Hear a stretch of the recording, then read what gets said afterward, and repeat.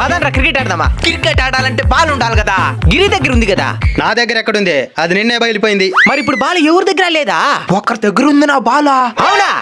నేను చెప్పిన నేను అడిగి తీసుకురాబో. వాడీడు ఏవే ఓ దగ్గర బాలే కాదు, బ్యాట్ కూడా ఉన్నది. బ్యాటే కాదు, వాడి దగ్గర ఫుట్బాల్ ఉన్నది, వాలీబాల్ కూడా ఉన్నది. వాలీబాలే కాదు, ఓ దగ్గర షటిల్ బ్యాట్ ఉంది, టెన్నిస్ బ్యాట్ కూడా ఉంది. ఇన్ని పెట్టుకొని ఉన్నాడా? అడిగితే ఇస్తాడా? ఈడు పోనీ ఓడన్నా ఆడుకుంటాడా? లేదు, ఆటాడే వస్తువులన్నీ తీసుకొని ఆడుకోకుండా అట్నే కూర్చొని ఉన్నాడు. ఇవ్వటా బుడా ఆడుకునే వస్తువులు పెట్టుకొని ఆడుకోకుండా ఉండేదా? పదండి ఓ తలకాయ పగల కొడతాను. పగల కొట్టేస్తాను. ఈడే ఏం కావాలా? ముందు మీ తలకాయ పగల కొట్టాలా? అతయ్ నాయనా ఏవే నాయనా ఫోన్ నాయనా. చిన్నోడు ఆల్రెడీ చూస్తున్నాడు కదా. ఓడక గంట సోపు చూస్తాడు, నువ్వు ఒక గంట సోపు చూడు. కొన్ని సంవత్సరాల తర్వాత ఏవరా కళ్ళు సరిగ్గా కనబడలేదు నాయనా. చిన్నోడు ఆల్రెడీ కళ్ళజోడు వేసుకొని ఉన్నాడు కదా. ఓడక గంట సోపు వేసుకుంటాడు, నువ్వు ఒక గంట సోపు వేసుకో. 24 గంటలు ఫోన్ వాడుతా ఉంటే కళ్ళజోడు కాకుండా ఇంకేం వస్తుంది? కాబట్టి పిల్లలకి కావచ్చు పెద్దలకి కావచ్చు, ఫోన్ ఎంత దూరంగా ఉంటుందో కళ్ళజోడు కూడా అంతే దూరంగా ఉంటది. మచ్చా, ఇదే నా జీవితంలో లాస్ట్ పెళ్లి చూపులు. రే, నా గురించి మంచిగా చెప్పి పెళ్లి సెట్ చేయరా. నీకేం మావా, ఏదో మందు సిగరెట్ అప్పుడప్పుడు ఆన్ చేస్తావో అంతే కదా.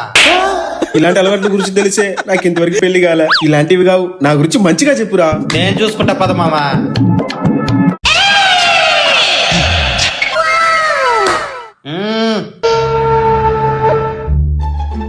అమ్మాయి కొద్దిగా వయసు అయినట్టుగా ఉండదే.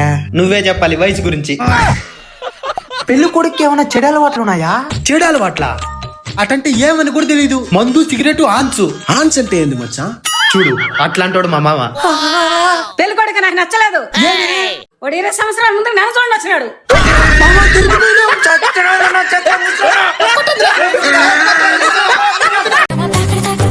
నాయనా ఫోన్ నాయనా. రేయ్, ఫోన్ చూస్తే కళ్ళు పోతుంది.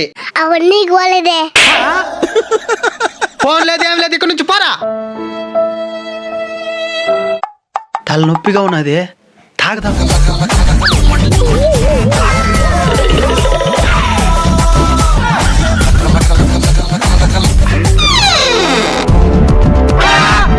ఫోన్ ఎవరు వాడమన్నారు? నిన్న అయిపోయినవరు నా చేతిలో. చూడు యాడున్నాడా? ఎన్నిసార్లు చెప్పేది నీకు తాగద్దనేది? అది కూడా పిల్లకాయలు ఎదురుకు పెట్టుకోదావా?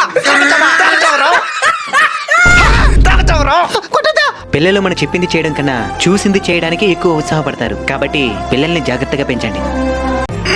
అమ్మా బరువుగా ఉన్నదా? ఇంత బరువు ఎత్తుకోపోలేను. అయిందా? వస్తున్నా మేస్త్రి.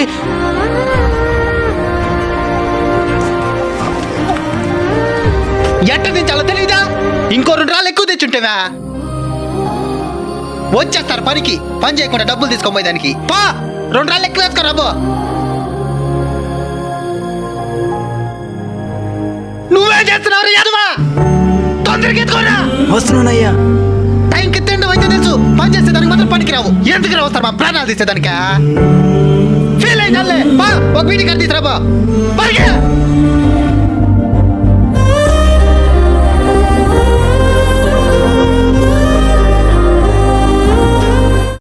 ఏ మేస్త్రి, ఇంత టైం అవుతున్నది, ఇంతవరకు వర్క్ స్టార్ట్ చేయలేదు? వచ్చేస్తున్నాను సార్, మనుషులు కుదరడం లేదు. అసలు నువ్వు వాళ్ళని మనుషులాగా చూస్తేనే కదా మేస్త్రి పనికి రావడానికి. అదేంటి సార్? కుటుంబంలోని కష్టాలు చూడలేక ఏదో ఒక కష్టం చేసి కుటుంబ కష్టాలు తీర్చాలని పనికి వస్తే పనిలో వచ్చే కష్టం కంటే నీ మాటలతోనే ఎక్కువ కష్టపెడుతున్నావు. వాళ్ళు నీ దగ్గర పనికి వచ్చేది కుటుంబ బాధ్యతల కోసమే గాని నీ దగ్గర బానిస బతుకు కోసం కాదు. ఏ రంగంలోనైనా మన కింద పనిచేసే వాళ్ళని ఎంత గౌరవంగా చూసుకుంటే మన గౌరవం అంత పై స్థాయికి దిగుతుంది.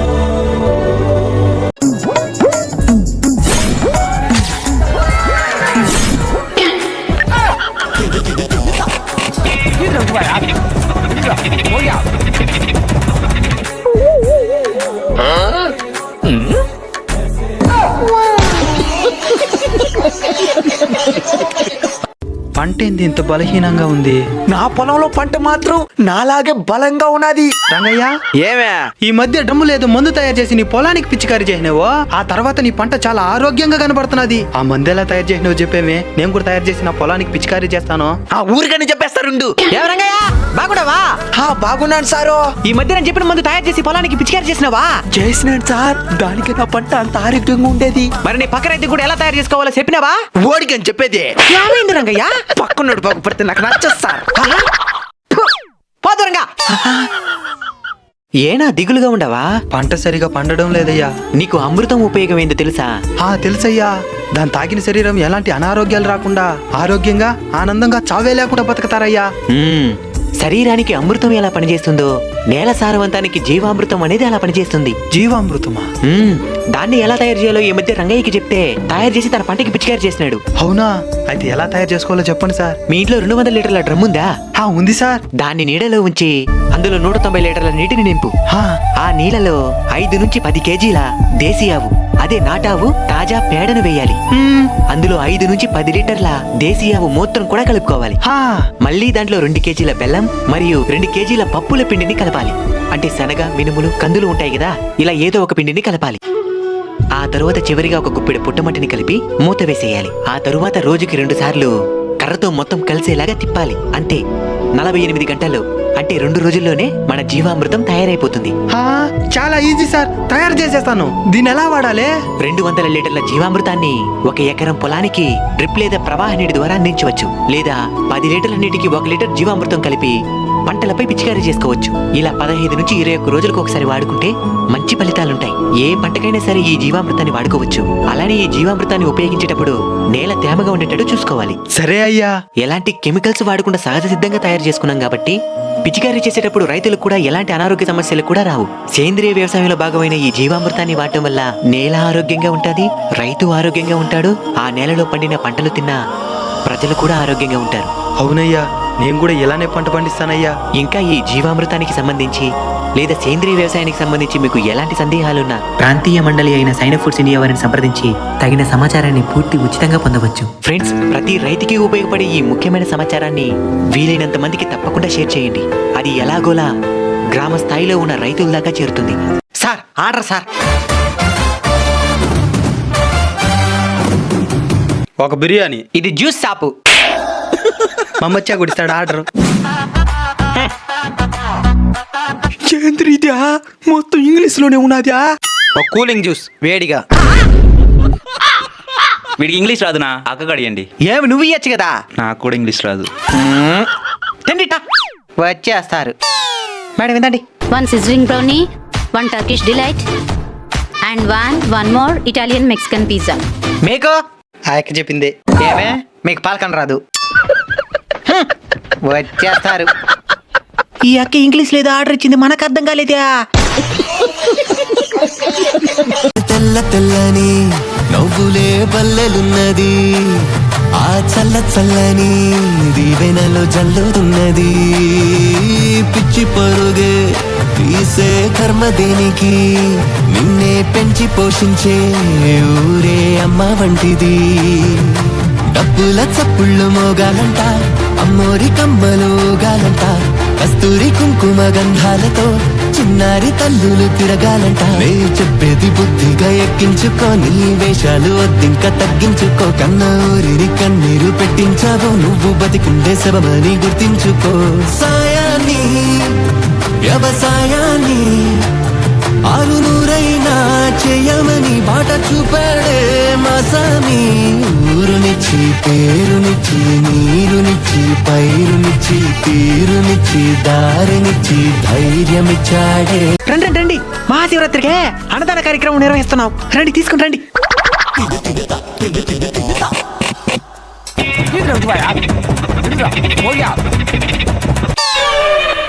ఎట్లా కనిపిస్తున్నా నీ కంటికి?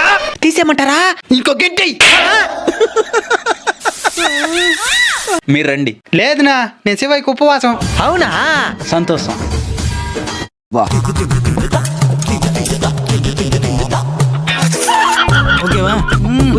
ఎట్టుంది మచ్చా? సూపర్ గుంది. ఎక్కడికా? ఎక్కడికిలే, ఇక్కడికే వచ్చేస్తానుండు. అన్నా ఏమన్నా ఇటు పక్క కూర్చుంటావా? అన్నం పెట్టినా. ఉపవాసం అన్నావే. ఉపవాసమే, తినేసి ఉపవాసం ఉంటా. అప్పుడు అది ఉపవాసం అవుతావు, ఉపవాస భంగం అవుతాది. సరేనా, వెళ్తానులే. రైటా? ఒకటి కడుపు నిండా తినేసి శివయ్య మీద ధ్యాస పెట్టు, లేదా శివయ్య మీద ధ్యాస పెట్టి తినడం అయినా వదిలేయి. అంతేగాని శివయ్య పేరు చెప్పి తిండి మీద ధ్యాస పెట్టబాక. చివరగా ఏం చేద్దాం అనుకున్నావా? తినేసి శివయ్య మీద ధ్యాస పెడతాన్నా. ఈ వాడికి తిను. ఇంతకీ మీరు తినేరా? శివయ్య కోసం ఉపవాసం ఉంటాం. నేను కూడా నెక్స్ట్ టైం మీలాగనే ఉంటానండి. నాలాగే ఉండాల్సిన మండిలే, నువ్వు నీలాగనే ఉండు, కానీ ధ్యాస మాత్రం శివయ్య మీద పెట్టు. సరే అండి. ఓం నమ శివాయ.